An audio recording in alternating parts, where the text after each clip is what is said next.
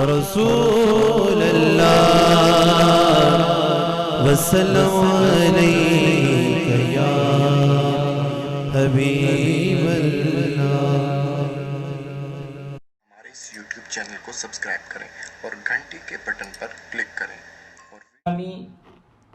اللہ تبارک و تعالیٰ کا لاکھ لاکھ شکر ہے کہ اس نے مجھے اور آپ کو یہ عید الاضحیٰ کا دن دیکھنا نصیب فرمایا ہے۔ اگر آپ حضرات اپنے ارد گرد نظر دوڑائیں تو آپ کو پتہ چلے گا کہ کئی ایسے احباب تھے کہ آپ کو ان کا چہرہ آج نظر نہیں آ رہا ہوگا، جن کو آپ نے پچھلی عید کے موقع پر دیکھا ہوگا۔ یہ دنیاوی زندگی عارضی زندگی ہے، یہ دنیاوی زندگی ٹیمپروری زندگی ہے۔ اس دنیا میں انسان زیادہ دیر تک زندہ نہیں رہ سکتا۔ موت نے ہر ایک کو آنی ہے، کوئی کہیں بھی چلا جائے، جتنی بھی دور بھاگ لے، کہیں بھی چھپ جائے، موت نے اس کو آ کر گھیر لینا ہے۔ ہر نفس نے موت کا ذائقہ ضرور چکھنا ہے۔ اللہ تعالیٰ کی بارگاہ میں دعا ہے کہ آج جو لوگ آج کے دن ہم میں نہیں ہیں، اللہ تبارک و تعالیٰ اس عید کی برکت سے ان سب کی بخشش فرمائے، کیونکہ عید کا دن ایسا دن ہوتا ہے کہ اللہ تعالیٰ اس دن لاکھوں لوگوں کی بخشش فرما دیتا ہے۔ یہ عید کا دن مسلمانوں کے لیے بڑا ہی خوشیوں سے بھرا دن ہے، اور ہمارا عقیدہ ہے کہ خوشیوں والا دن ہم کو نبی پاک صلی اللہ علیہ وسلم کے صدقے اللہ تعالیٰ نے عطا فرمایا ہے۔ عید مغفرت کا دن ہے، عید بخشش کا دن ہے، عید رحمت کا دن ہے، عید برکت کا دن ہے، عید خوشی کا دن ہے، عید قبولیت کا دن ہے۔ اور آج تو عید الاضحیٰ کا دن ہے، اور اس دن کائنات کے گوشے گوشے میں رہنے والے مسلمان عید کی نماز ادا کرتے ہیں اور اپنی ہمت اور طاقت کے مطابق اللہ کی راہ میں جانور قربان کرتے ہیں۔ اس لیے اس کو قربانی والی عید کہا جاتا ہے۔ اس دن اللہ تبارک و تعالیٰ کے پیارے نبی حضرت ابراہیم خلیل اللہ علیہ السلام نے اللہ تبارک و تعالیٰ کی رضا کے لیے اپنے پیارے بیٹے حضرت اسماعیل علیہ السلام کے گلے پر چھری چلا دی۔ اس لیے یہ دن اللہ کی راہ میں قربانی پیش کرنے کا دن ہے۔ اللہ تعالیٰ کے پیارے خلیل حضرت ابراہیم علیہ السلام کی زندگی کا مطالعہ کرنے سے یہ پتہ چلتا ہے کہ آپ پر کیسے کیسے امتحانات آئے، آپ ان مشکل اور کٹھن راستوں سے کیسے گزرے، اور اللہ تعالیٰ کی رضا کی خاطر کیسی کیسی قربانیاں پیش کی۔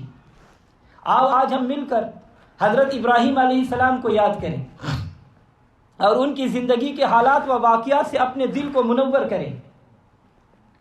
آج جو آیت کریمہ میں نے آپ حضرات کے سامنے تلاوت کرنے کا شرف حاصل کیا ہے، اس آیت مبارکہ میں اللہ تبارک و تعالیٰ ارشاد فرماتا ہے وَاذْكُرْ فِي الْكِتَابِ إِبْرَاهِيمَ إِنَّهُ كَانَ صِدِّيقًا نَبِيًّا، اور یاد کرو کتاب میں حضرت ابراہیم علیہ السلام کو، بے شک وہ سچے نبی تھے۔ اس آیت مقدسہ میں اللہ تبارک و تعالیٰ نے ارشاد فرمایا کہ یاد کرو کتاب میں ابراہیم علیہ السلام کی سیرت پاک کو، وہ بے شک سچے نبی تھے۔ تو حضرات گرامی، اللہ تعالیٰ کے مقبول اور خاص بندوں کا ذکر کرنا اور ان کی یاد منانا اللہ تعالیٰ کی رضا اور خوشندی حاصل کرنے کا ذریعہ ہے۔ اس لیے قرآن کریم میں اللہ تعالیٰ نے کئی مرتبہ ارشاد فرمایا کہ میرے مقبول بندوں کو یاد کرو اور ان کا ذکر خیر کرو، جیسا کہ اللہ تعالیٰ قرآن پاک میں ارشاد فرماتا ہے وَاذْكُرْ فِي الْكِتَابِ مریم، اور کتاب میں مریم علیہ السلام کو یاد کرو۔ وَاذْكُرْ فِي الْكِتَابِ موسیٰ إِنَّهُ كَانَ مُخْلَصًا وَكَانَ رَسُولًا نَبِيًّا، اور کتاب میں موسیٰ علیہ السلام کو یاد کرو، بے شک وہ چنا ہوا اور غیب کی خبریں بتانے والا رسول تھا۔ وَاذْكُرْ فِي الْكِتَابِ إِسْمَاعِيلَ إِنَّهُ كَانَ صَادِقَ الْوَعْدِ وَكَانَ رَسُولًا نَبِيًّا، اور کتاب میں اسماعیل علیہ السلام کو یاد کرو، بے شک وہ وعدے کا سچا تھا اور غیب کی خبریں بتانے والا رسول تھا۔ وَاذْكُرْ فِي الْكِتَابِ إِدْرِيسَ إِنَّهُ كَانَ صَادِقًا نَبِيًّا، اور کتاب میں یاد کرو حضرت ادریس علیہ السلام کو، بے شک وہ صدیق تھا، غیب کی خبریں بتانے والا تھا۔ تو حضرات گرامی، ان آیت مبارکہ میں اللہ تبارک و تعالیٰ نے فرمایا کہ اے قرآن پڑھنے والوں، مریم علیہ السلام کے واقعہ کو یاد کرو، اے قرآن پڑھنے والوں سیدنا موسیٰ علیہ السلام کو یاد کرو، اے قرآن پڑھنے والوں حضرت ادریس علیہ السلام کو یاد کرو، اے قرآن پڑھنے والوں حضرت ابراہیم علیہ السلام کو یاد کرو، اے قرآن پڑھنے والوں حضرت اسماعیل علیہ السلام کو یاد کرو۔ تو الحمدللہ ہم اہل سنت و جماعت قرآن کریم کو مانتے ہیں اور احکام خدا بندی کو تسلیم کرتے ہیں۔ ہم اللہ والوں کی یادیں مناتے ہیں اور ان کا ذکر خیر کرتے ہیں، اور نبی پاک صلی اللہ علیہ وسلم کا میلاد بھی منعقد کرتے ہیں، اور ہماری گھروں میں، ہماری محفلوں میں، ہماری مسجدوں میں کبھی جشن عید میلاد النبی کا اہتمام ہوتا ہے، کبھی معراج النبی کا جلسہ ہوتا ہے، کبھی یوم صدیق اکبر، کبھی یوم فاروق اعظم، کبھی یوم عثمان غنی، کبھی یوم حضرت علی رضی اللہ تعالیٰ عنہ منایا جاتا ہے، اور ہم کبھی خواجہ غریب نواز کا عرس مناتے ہیں، کبھی داتا علی حجویری کا عرس مناتے ہیں، کبھی اعلیٰ حضرت کا عرس مناتے ہیں، کبھی اخندزادہ سیف الرحمن کا عرس مناتے ہیں، اور کبھی مجدد الفسانی کا عرس مناتے ہیں، اور غوث اعظم شیخ عبد القادر جیلانی رحمۃ اللہ علیہ کی 11ویں شریف کی محفل بھی منعقد کرتے ہیں۔ تو یہ محفلیں، یہ عرس منانا اللہ والوں کی یاد تازہ کرنے کے لیے ہم منعقد کرتے ہیں۔ تو اللہ والوں کی یاد منانا اور میلاد النبی شایان شان طریقہ پر منانا اور عرس اور محافل کا انعقاد کرنا، یہ سب قرآن کریم کے حکم کے عین مطابق ہے۔ تو میں عرض کر رہا تھا کہ اللہ تبارک و تعالیٰ نے فرمایا وَاذْكُرْ فِي الْكِتَابِ إِبْرَاهِيمَ إِنَّهُ كَانَ صِدِّيقًا نَبِيًّا، اور یاد کرو کتاب میں ابراہیم علیہ السلام کو، بے شک وہ سچے نبی تھے۔ تو حضرات گرامی، ایک رات ابراہیم علیہ السلام نے خواب میں دیکھا کہ میں اپنے بیٹے کو ذبح کر رہا ہوں، اور انبیاء اکرام کا خواب بمنزل وحی الہی ہوتا ہے، اس لیے کہ آپ سمجھ گئے کہ میرا خدا مجھے اپنے بیٹے قربان کرنے کا حکم دے رہا ہے۔ فوراً اپنے لخت جگر نور نظر کو قربان خدا بندی پر قربان کرنے کے لیے تیار ہو گئے۔ آپ جانتے ہیں کہ اگر بیٹے کی قربانی کر کے اللہ تعالیٰ کی رضا حاصل ہو جائے تو بہت سستا سودا ہے۔ شیطان کو حضرت ابراہیم علیہ السلام کی ادا پسند نہ آئی، اور اس نے سوچا کہ اگر ابراہیم علیہ السلام اس میں کامیاب ہو گئے تو میں ناکام ہو جاؤں گا۔ تو وہ دوڑتا ہوا آپ کے گھر پہنچا، حضرت حاجرہ تشریف فرما تھی، پوچھا کہ تمہارا شوہر کدھر ہے؟ تو حضرت حاجرہ نے بتایا کہ دونوں باپ بیٹے سیر و تفریح کے لیے باہر گئے ہیں۔ تو شیطان کہنے لگا کہ نہیں، تم دھوکے میں ہو، ابراہیم آج تیرے بیٹے کو ذبح کرنے کے لیے لے گئے ہیں، اٹھو اور اس کو بچا لو ورنہ پچھتاؤ گی۔ حضرت حاجرہ نے فرمایا کیا کبھی کوئی باپ بھی اپنے بیٹے کو ذبح کرتا ہے؟ ابراہیم علیہ السلام کو اپنے بیٹے سے بڑا پیار ہے۔ شیطان نے کہا نہیں، انہیں رب کا حکم ہے۔ حضرت حاجرہ نے فرمایا کہ اگر رب تعالیٰ کا حکم ہے تو یہ ایک اسماعیل ہے، اگر ہزاروں بھی اسماعیل بھی ہو تو ان کے اشارے پر قربان کرتی چلی جاؤ۔ تو ماں کا دل بے حد نرم ہوتا ہے۔ شیطان اس نے سوچا کہ یہاں پر وہ کامیاب ہو جائے گا، لیکن وہاں پر وہ ذلیل ہو گیا۔ پھر اسماعیل علیہ السلام کے پاس پہنچا اور کہا کہ آج تمہیں حضرت ابراہیم علیہ السلام ذبح کرنے کے لیے لے جا رہے ہیں۔ اسماعیل علیہ السلام نے فرمایا کیا کوئی باپ بھی اپنے بیٹے کو ذبح کرتا ہے؟ شیطان نے کہا کہ انہیں اللہ کا حکم ہے۔ حضرت اسماعیل علیہ السلام نے فرمایا کہ اگر رب تعالیٰ میری قربانی لے کر راضی ہو جائے تو مجھے اور کیا چاہیے، یہ تو میرے لیے بہت بڑی سعادت ہے، خوشی سے جان کا نذرانہ پیش کروں گا، بلکہ میں تو یہی کہوں گا کہ جان دی ہوئی اسی کے تھی، حق تو یہ ہے کہ حق ادا نہ ہوا۔ شیطان آخری وار آزمانے کے لیے حضرت ابراہیم علیہ السلام کے پاس پہنچا اور کہا کہ اے ابراہیم، آپ کو بڑھاپے میں ایک بیٹا ملا ہے، وہ بھی اتنا حسین و جمیل ہے، اسے ذبح کرنے کے لیے لے جا رہے ہو، تمہارا نام لینے والا کوئی نہیں رہے گا، تمہاری نسل ختم ہو جائے گی، تمہارا خاندان مٹ جائے گا۔ تم کہتے ہو کہ میں نے خواب دیکھا ہے، یہ خواب شیطانی بھی ہو سکتا ہے۔ اگر اللہ نے حکم دینا ہوتا تو حضرت جبریل کو آپ کے پاس بھیج کر دے دیتے۔ حضرت ابراہیم علیہ السلام نے فرمایا کہ شیطان مردود، میرا خواب شیطانی نہیں بلکہ میرا خواب رحمانی ہے، تو شیطان مردود تیرا دام مجھ پر نہیں چل سکتا۔ پھر آپ نے کنکر مار کر اسے بھگایا۔ تو یہ عمل حضرت ابراہیم علیہ السلام نے 3 مرتبہ کیا۔ تو اللہ تبارک و تعالیٰ کو یہ کنکر مارنے اتنے پسند آئے کہ اللہ تعالیٰ نے قیامت تک آنے والے حاجیوں کو حکم فرمایا کہ اس مقام پر کنکریاں مار کر حضرت ابراہیم علیہ السلام کی یاد تازہ کرو۔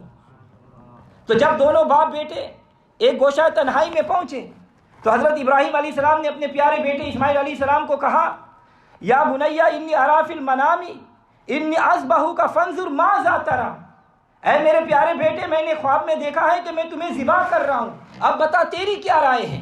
اسماعیل علیہ السلام نے جواب دیا، یا ابات افعل ما تؤمر ستجدونی انشاءاللہ من الصابرین، کہ اے میرے والد کر ڈالیے آپ کو جس بات کا حکم دیا گیا ہے، اللہ تعالیٰ نے چاہا تو آپ مجھے صبر کرنے والوں میں سے پائیں گے۔ ابا جان میرے ہاتھ اور پیر رسی سے باندھ لیجئے، کہیں ایسا نہ ہو کہ بے خبری میں انہیں ہلا بیٹھوں اور آپ پر میرے خون کے چھینٹے پڑ جائے۔ اللہ اکبر۔ اور میرا چہرہ زمین کی طرف لٹا دیجئے تاکہ کہیں ایسا نہ ہو کہ میرے چہرے پر نظر پڑے اور چھری چلنے سے رک جائے۔ یہ فیضان نظر تھا یا مکتب کی کرامت تھی؟ یہ فیضان نظر تھا یا مکتب کی کرامت تھی؟ سکھائے کس نے اسماعیل کو آداب فرزندی؟ تو اللہ تعالیٰ کے خلیل نے ایسا ہی کیا، زمین پر لٹاتے ہوئے چہرہ زمین کی طرف کر دیا۔ اللہ تبارک و تعالیٰ نے اس ادا کو بیان فرمایا، فَلَمَّا أَسْلَمَا وَتَلَّهُ لِلْجَبِينِ، باپ نے بیٹے کو پیشانی کے بل لٹا دیا۔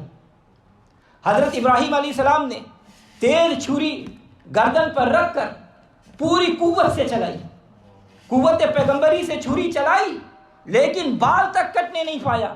چھری کو تیز کیا لیکن چھری اثر انداز نہیں ہوئی۔ آپ نے یہ عمل 3 مرتبہ کیا لیکن کوئی اثر نہیں ہوا۔ جب کوئی اثر نہیں ہوا تو حضرت ابراہیم علیہ السلام نے چھری کو پھینکا۔ چھری نے اللہ کی بارگاہ میں عرض کیا کہ یا اللہ مجھے زبان عطا کر تاکہ میں اپنے بے بسی کا اظہار کر سکوں۔ چھری نے عرض کی، اے ابراہیم حضور آپ مجھ سے کیوں ناراض ہو؟ ابراہیم علیہ السلام نے فرمایا کہ تو نے میرے حکم کی تعمیل کیوں نہیں کی، اسماعیل کو ذبح کیوں نہیں کیا؟ چھری نے عرض کیا، حضور کبھی کوئی باپ بھی اپنے بیٹے کو ذبح کرتا ہے؟ حضرت ابراہیم علیہ السلام نے فرمایا کہ مجھے خدا نے حکم دیا ہے۔ چھری نے عرض کی کہ جس خدا نے آپ کو 1 مرتبہ حکم دیا ہے کہ بیٹے کو ذبح کرو، اس خدا نے مجھے 70 مرتبہ کہا ہے کہ بال تک نہ کٹنے پائے، میرا کیا قصور ہے؟ حضرت اسماعیل کی جگہ ایک مینڈا ذبح ہو گیا جو کہ حضرت جبریل علیہ السلام جنت سے لائے تھے۔ حضرت اسماعیل علیہ السلام کو بچا لیا گیا۔ اللہ تبارک و تعالیٰ قرآن پاک میں فرماتا ہے، قد صدقت رویا ان کذالک نجزی المحسنین ان ھذا لہو البلاء المبین وفدینہ بذبح عظیم۔ اے ابراہیم بے شک تو نے خواب سچ کر دکھایا، ہم ایسا ہی صلہ دیتے ہیں نیکوں کو۔ بے شک یہ بڑی کھلی آزمائش تھی اور ہم نے ایک بڑا ذبیحہ اس کے فدیہ میں دے کر اسے بچا لیا۔ تو حضرات گرامی توجہ چاہوں گا، یہ ہے اسلام کی تعلیم کا خلاصہ، یہ ہے اسلام کی تعلیم کا خلاصہ کہ اپنے آپ کو، اپنی ہر چیز کو اللہ کے لیے قربان کر دینا۔ غریب و سادہ و رنگین ہے داستان حرم، نہایت اس کی حسین ابتدا اسماعیل ہے۔ تو حضرات گرامی اس عظیم الشان قربانی کی فرش سے لے کر عرش تک دھوم مچ گئی۔ اللہ تعالیٰ نے اپنے خلیل پر انعامات کی بارش برسا دی۔ اِنَّا كَذَلِكَ نَجْزِي الْمُحْسِنِينَ، ہم ایسا ہی صلہ دیتے ہیں نیکوں کو۔ وَفَدَيْنَهُ بِذِبْحٍ عَظِيمٍ، اور ہم نے ایک بڑا ذبیحہ اس کے فدیہ میں دے کر اسے بچا لیا۔ وَتَرَكْنَا عَلَيْهِ فِي الْآخِرِينَ، اور ہم نے پچھلوں میں اس کی تعریف باقی رکھی۔ سلام علی ابراہیم، سلام ہو ابراہیم پر، انہ من عبادنا المؤمنین، بے شک وہ ہمارے اعلیٰ درجے کے کامل الایمان بندوں میں سے ہیں۔ وبشرنہ باسحاق نبیا من الصالحین، اور ہم نے اسے خوشخبری دی اسحاق کی کہ غیب کی خبری بتانے والا۔ وبارکنا علیہ و اسحاق، اور ہم نے برکت اتاری اس پر اور اسحاق پر۔ یہ انعامات اللہ تبارک و تعالیٰ نے اپنے خلیل پر فرمائے۔ تو حضرات گرامی، حضرت ابراہیم خلیل اللہ کو جس بیٹے کو قربانی کرنے کا حکم دیا گیا تھا وہ کون ہے؟ حضرت اسماعیل علیہ السلام یا حضرت اسحاق علیہ السلام؟ یہاں پر یہودی یہ کہتے ہیں کہ یہ قربانی حضرت اسحاق علیہ السلام کی ہوئی ہے۔ ہمارے لیے دونوں محترم ہیں، ہم دونوں پر ایمان رکھتے ہیں۔ قرآن کریم اور تاریخی حالات سے اس پر گواہ ہے کہ یہ قربانی حضرت اسماعیل علیہ السلام کی ہے۔ قربانی میدان منع میں ہوئی ہے، اور حضرت ابراہیم علیہ السلام نے جس جگہ حضرت اسماعیل علیہ السلام کو لٹایا، حاجیوں کو حکم ہے کہ اسی جگہ جا کر قربانی کرو، تو قربانی کی جگہ میدان منع ہے، اس پر سب کا اتفاق ہے، اور میدان منع مکہ میں ہے، اور حضرت اسحاق علیہ السلام ساری زندگی مکہ آئے ہی نہیں، حضرت اسحاق تو ساری زندگی ملک شام میں رہے، اور اگر حضرت اسحاق علیہ السلام کی قربانی ہوتی تو ان کی یادگار ملک شام میں ہوتی، لیکن قربانی کی جگہ تو مکہ میں ہے، میدان منع تو حضرت اسماعیل علیہ السلام کے چلنے پھرنے کی جگہ ہے، تو تسلیم کرنا پڑے گا، ماننا پڑے گا کہ قربانی حضرت اسماعیل علیہ السلام کی ہوئی۔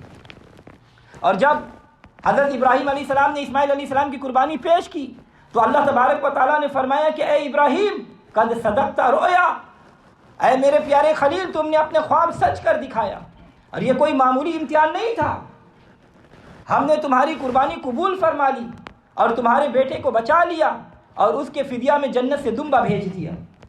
اللہ تبارک و تعالیٰ کو سیدنا ابراہیم علیہ السلام کی ادا اتنی پسند آئی کہ قیامت تک حضور صلی اللہ علیہ وسلم کے صاحب استطاعت امتیوں پر واجب ہو گیا کہ وہ عید الاضحیٰ کے موقع پر جانور ذبح کر کے سیدنا ابراہیم علیہ السلام کی سنت کی یاد کو تازہ کریں۔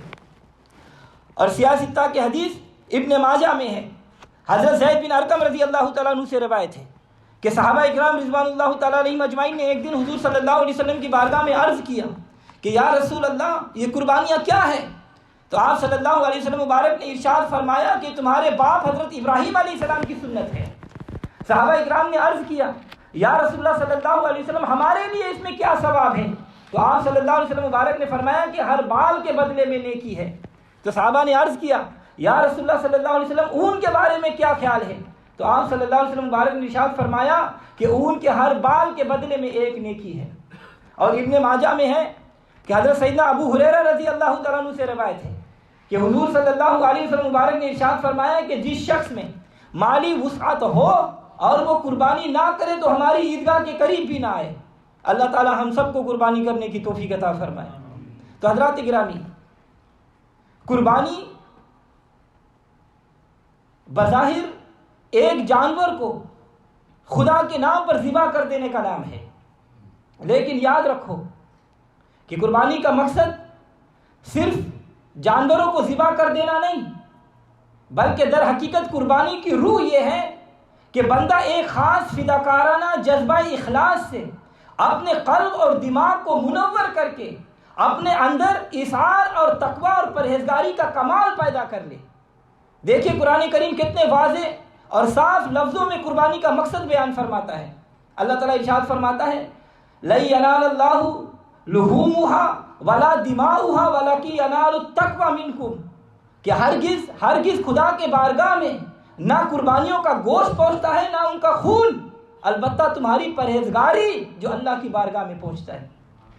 تو حضرات گرامی یہی وجہ ہے کہ ہر عمل خیر کی طرح قربانی میں بھی اخلاص کا جذبہ شرط ہے، اور ہمیں اسی اخلاص پر عمل کرنے کا حکم دیا گیا ہے۔ اللہ تعالیٰ قرآن پاک میں ارشاد فرماتا ہے قُلْ إِنَّ صَلَاتِي وَنُسُوكِي وَمَحْيَايَ وَمَمَاتِي لِلَّهِ رَبِّ الْعَالَمِينَ کہ اے محبوب صلی اللہ علیہ وسلم آپ فرما دیجئے کہ بے شک میری نماز اور میری قربانی اور میری زندگی اور میری موت اللہ کے لیے ہے جو سارے جہانوں کا پالنے والا ہے۔ تو حضرات گرامی اس آیت نے جھنجھوڑ کر بتا دیا کہ در حقیقت وہی قربانی قبول اور قربانی کہلانے کے مستحق ہے کہ جس میں یہ جذبہ اخلاص ہو اور وہ صرف اللہ کی رضا اور خوشندی حاصل کرنے کے لیے ہو۔ لیکن افسوس تو یہی ہے کہ آج ہم مسلمان صرف خون کے چند قطرات بہا دینے کو قربانی سمجھ بیٹھے ہیں، اور ہم خلیل اللہ اور دوسرے جلیل القدر پیغمبروں کی سنت مبارکہ کے مقدس آلہ کو فراموش کر بیٹھے ہیں۔ قربانی کے مقصد اور اس کے ثمرات اور نتائج کیا ہے؟ بہت کم ایسے اہل نظر ہیں جو قربانی کے پردے میں چھپے ہوئے جذبات وفاداری کے جلووں کو نظارہ کر سکے۔ ہاں البتہ وہ بندگان خدا کہ جن کی آنکھوں میں بصارت کی روشنی کے ساتھ دلوں میں بصیرت کا نور بھی ہے، وہ جانتے ہیں اور وہ پہچانتے ہیں کہ جب تک ابراہیم کی فطرت نہ ہو پیدا، جب تک ابراہیم کی فطرت نہ ہو پیدا، قربانی بھی ازر ہے، عبادت بھی ہے نمرود۔ اور در حقیقت حضرات گرامی یہ بہت ہی اہم اور ضروری چیز ہے کہ مومن ہر چیز کو آنکھوں کی بصارت سے دیکھنے کے ساتھ ساتھ دل کی بصارت کے نور سے بھی مشاہدہ کرتا رہے۔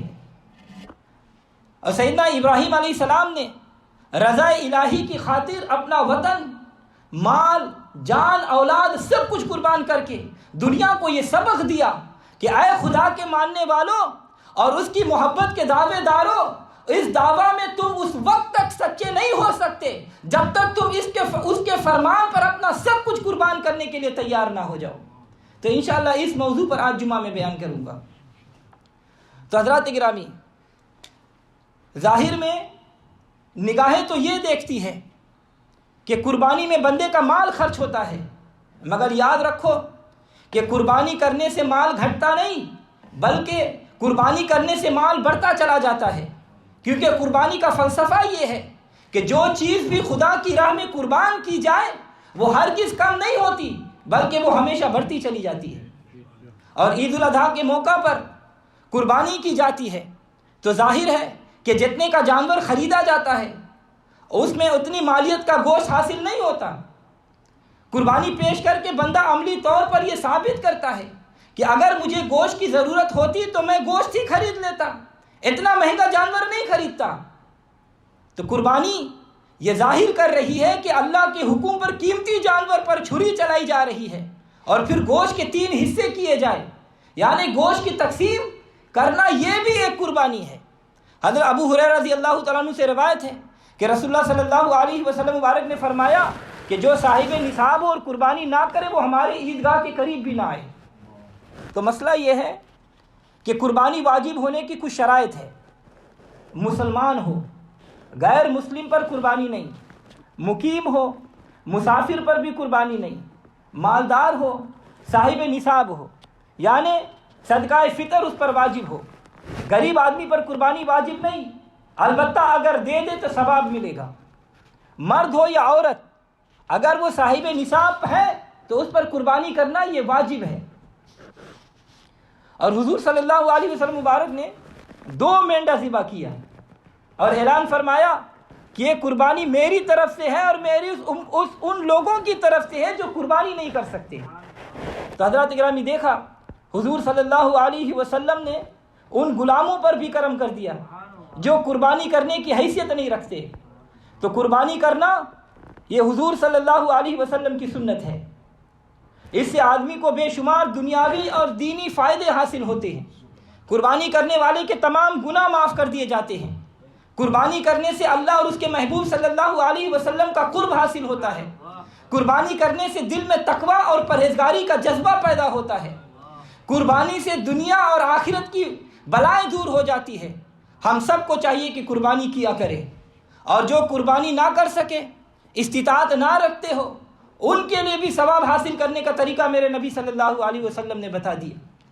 حضور صلی اللہ علیہ وسلم کی بارگاہ میں سوال کیا گیا کہ یا رسول اللہ صلی اللہ علیہ وسلم، جو لوگ قربانی نہ کر سکے وہ قربانی کا ثواب کس طرح حاصل کریں گے؟ تو آپ صلی اللہ علیہ وسلم مبارک نے ارشاد فرمایا کہ وہ 4 رکعت نماز اس طرح ادا کریں کہ ہر رکعت میں سورہ فاتحہ کے بعد 11 مرتبہ سورہ کوثر پڑھیں تو اللہ تعالیٰ ان کے نامہ اعمال میں 60 قربانیاں لکھ دے گا۔ تو حضرات گرامی، حدیث مبارکہ میں حضرت برا بن عازب رضی اللہ تعالیٰ عنہ سے روایت ہے کہ حضور صلی اللہ علیہ وسلم سے سوال کیا گیا کہ یا رسول اللہ صلی اللہ علیہ وسلم، کون سے جانور ہیں جن سے قربانی نہیں کرنا چاہیے، جن سے ہم بچیں؟ تو آپ صلی اللہ علیہ وسلم مبارک نے ہاتھ کے اشارے سے ارشاد فرمایا کہ 4، لنگڑا جس کا لنگڑا پن ظاہر ہو، اندھا جس کا اندھا پن ظاہر ہو، بیمار جس کی بیماری ظاہر ہو، اور ایسا کمزور کہ جس کی ہڈیوں میں گوشت نہ ہو۔ تو ایسے جانور کی قربانی جائز نہیں، اور قربانی کے جانور کو ہر عیب سے خالی ہونا یہ لازمی ہے۔ اگر تھوڑا سا عیب ہو تو قربانی مکروہ ہے، زیادہ عیب ہو تو نہیں ہوگی۔ اور اگر سینگ مانگ تک ٹوٹ گیا ہے تو اس کی قربانی جائز نہیں، اور اگر پیدائشی طور پر سینگ نہیں ہے تو قربانی ہو جائے گی، اور اگر پیدائشی طور پر سینگ چھوٹے چھوٹے ہو تو بھی قربانی جائز ہے، کر سکتے ہیں۔ اور خصی جانور، بدیا جانور، اس کی قربانی بھی جائز ہے۔ اور خود ہمارے نبی صلی اللہ علیہ وسلم مبارک نے یہ فرمائی ہے. اور جن کے دم کیل اگر 1/3 سے کم کٹے ہو تو قربانی جائز ہے، اگر تھوڑا سا کٹا ہو تب، زیادہ تب نہیں. اور کانا جانور جس کا کانا پن ظاہر ہو اس کی قربانی جائز نہیں. اور بیمار جس کی بیماری ظاہر ہو تو اس سے بھی قربانی جائز نہیں ہے. تو جو قربانی کرتے ہیں وہ ذرا جانور کو دیکھ کر قربانی کرے. ایسے نہیں آپ کسی کو بول دیتے کہ ہماری طرف سے قربانی کر دو، تو آپ خود جانور کو دیکھیں پھر قربانی کریں. اور جس کے کان پیدائشی طور پر بالکل دونوں یا ایک نہ ہو تو اس کی قربانی بھی جائز نہیں ہے. اور جس کے دانت نہ ہو یا تھن کٹے ہو، یعنی بکری کا 1 اور بھینس کے 2 تھن کٹے ہو تو ایسے جانور کی قربانی جائز نہیں ہے. تو قربانی کے جانور کون سے ہیں جو یہاں پر کرتے ہیں ہم؟ گائے ہے، بیل میل یا فیمیل، بکرا میل یا فیمیل، دمبا میل یا فیمیل، یہ سب کی قربانی جائز ہے. اور گائے میں 7 آدمی حصہ لے سکتے ہیں، اور سب حصے دار کی نیت، توجہ چاہوں گا بہت اہم مسئلہ ہے، سب حصے داروں کی نیت اللہ تعالیٰ کی رضا کے لیے ہو، ورنہ قربانی نہیں ہوگی. اگر ایک کی نیت گوشت لینے کی ہوئی، قربانی مقصد نہ تھی، تو سب کی قربانی بیکار ہو جائے گی. اور سب ایک ہی مذہب کے ہو، یعنی اہل سنت و جماعت میں سے ہو. اگر کوئی وہابی دیوبندی ساتھ میں ہے تو قربانی کسی کی نہیں ہوگی. اور بکرا وغیرہ جو ہے اس میں صرف ایک آدمی حصہ لے سکتا ہے، ایک آدمی کی طرف سے بکرا یا دمبا ہوگا. اور جو لوگ دنیا سے چلے گئے ہیں، فوت ہو گئے ہیں، تو ان کے لیے بھی قربانی کر سکتے ہیں، ان کا ثواب ضرور ملے گا. لیکن ہمارے اوپر قربانی واجب ہے، پہلے اپنا کریں گے، باقی ان لوگوں کے لیے کریں گے. اور چھری کو تیز کریں، آرام سے جانور کو گرائے، اور گرتے وقت جھٹکے کی وجہ سے جانور عیبدار ہو گیا تو وہی قربانی دے، یہ جائز ہے. کیونکہ بہت سے لوگ مسئلہ پوچھتے ہیں یہاں پر تو قربانی ہم کر نہیں سکتے ہیں، بڑا مشکل ہوتا ہے، جانور کو گرا نہیں سکتے ہیں، تو اس کو شوٹ کیا جاتا ہے. تو اس وقت اگر وہ زخمی ہو جاتا ہے تو قربانی کر سکتے ہو جائے گی، مجبوری کی حالت ہے. اور ایک جانور کے سامنے دوسرے جانور کو ذبح نہ کریں، جانور کو ذرا ٹھنڈا ہونے دیں پھر اس کا کھال اتاریں، اور ذبح کے وقت نیت کریں اور بعد میں قبولیت کی دعا کریں. اور حصے دار اگر جو بیل وغیرہ میں حصہ لیتے ہیں تو گوشت وزن کر کے دیں، اندازے سے نہ دیں، اس طرح دوسرے کا حق رہ جائے گا. اور قربانی کے گوشت کے 3 حصے کریں، ایک اپنے اہل و عیال کے لیے، دوسرا دوست و احباب کے لیے، اور دوسرا غریب اور مسکین کے لیے. اور ایک اور مسئلہ بس، معرج النبوت میں لکھا ہوا ہے یہ ایام تشریق کا دن ہے، 9 ذی الحجہ کی فجر سے 13 کی عصر تک ہر نماز کے بعد 1 مرتبہ پڑھنا واجب، 3 مرتبہ سنت ہے، مستحب ہے. اس کا واقعہ یہ ہے، روایتوں میں آتا ہے کہ جبریل علیہ السلام جب مینڈا کو لے کر جنت سے چلے تو انہوں نے اللہ اکبر کہا. جبریل علیہ السلام کی صدا سن کر حضرت ابراہیم علیہ السلام نے لا الہ الا اللہ واللہ اکبر پڑھا. اسماعیل علیہ السلام نے جب آنکھیں کھول کر فدیہ کے طور پر آئے ہوئے مینڈے کو دیکھا تو فرمایا اللہ اکبر وللہ الحمد. تو اللہ تبارک و تعالیٰ کو یہ کلمات اتنے پسند آئے کہ ایام تشریق میں ہر نماز کے بعد ان کلمات کا پڑھنا واجب